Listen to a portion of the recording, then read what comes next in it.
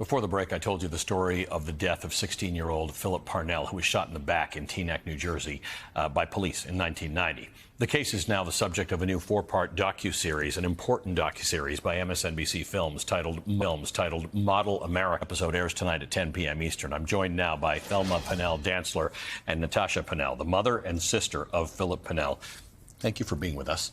I'm sorry for having you here and having to watch that. It's 30 years later, and it seemed to affect you as if it were yesterday. Yes, yes it does. How are you doing? I'm doing okay. I was just watching this picture and all those memories came back. But I will go through it a million trillion times if I could save another child. Natasha, what's changed in 30 years? Because we seem to hear stories like this over and over again.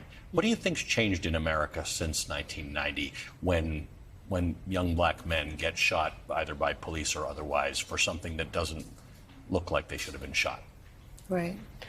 I don't believe that much has changed. You know, I was 13 when my brother was shot in the back and killed, and now I'm in my mid-40s, and there has been thousands of cases, and each case that I hear about is like a constant reminder of what happened to my brother in 1990. So I don't really think that much has changed at all. I've had occasion to speak to mothers like you of people who've been killed, and they say that every time it happens, it comes back to you. You relive it. Yeah, every time. My case is a little different than other cases. They always bring up, he was unarmed, he was unarmed.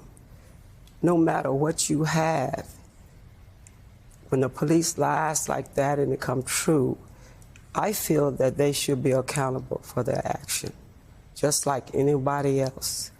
Now, just like the guy shot up the school system, for instance, those little kids, he got off with his life. Just like the young guy shot the church up, he got away with his life. And maybe he was hungry, they took him to McDonald's. Mm-hmm. So what the world don't see in this, my son didn't hurt anyone that day and had his hands up with a 6-foot fence. And he didn't kill anybody.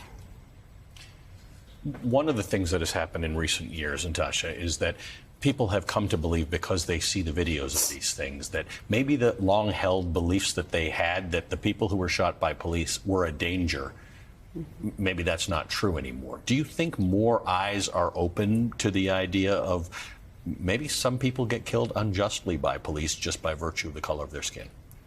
Yes, there's no doubt about that. I mean, a lot of the victims, like my mom just mentioned, were unarmed or what have you, and whether or not what my brother had, you know, he was shot and killed with his hands up in the air above his head.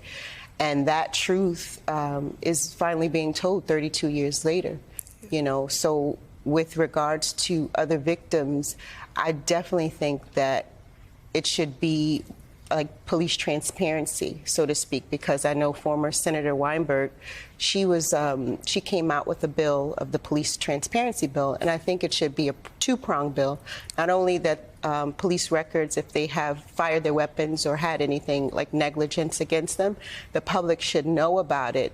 I also think that within 24 hours of any police shootings, all police officers should be tested. There should be a toxicology report done on these police officers.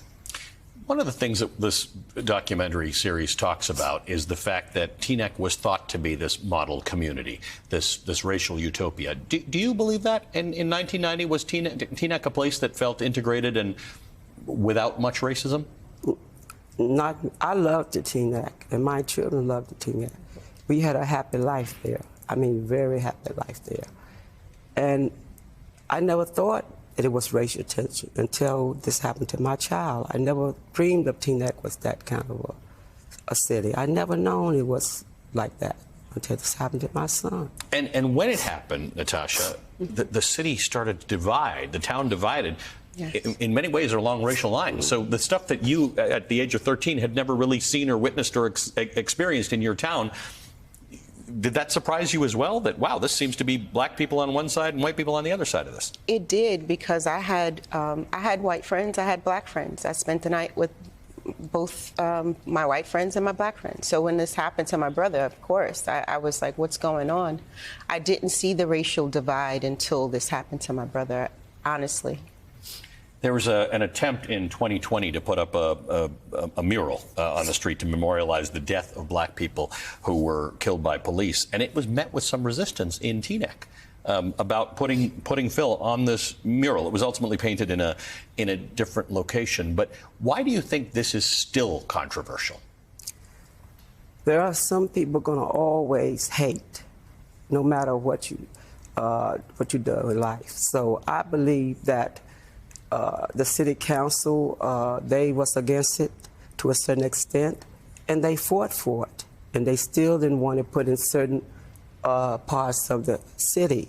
So we just fought, and the BLM committee, they fought for it, and they got it done, but not in the same place that they wanted it. They put it in a different area in Teaneck. I thank you for being here. And I know that seeing this documentary or just having it out there makes it hard for you, and it opens up new wounds. But it's really an important matter, and I'm glad that Americans are going to learn about it. So thank you for your time. Me too. Thank you. Thank you for having us. Thelma Pinnell Dantzler and Natasha Pinnell, the mother and the sister of Philip Pinnell. Be sure to tune in to the premiere episode of Model America tonight, 10 p.m. Eastern, 7 p.m. Pacific. It will start airing on Peacock tomorrow.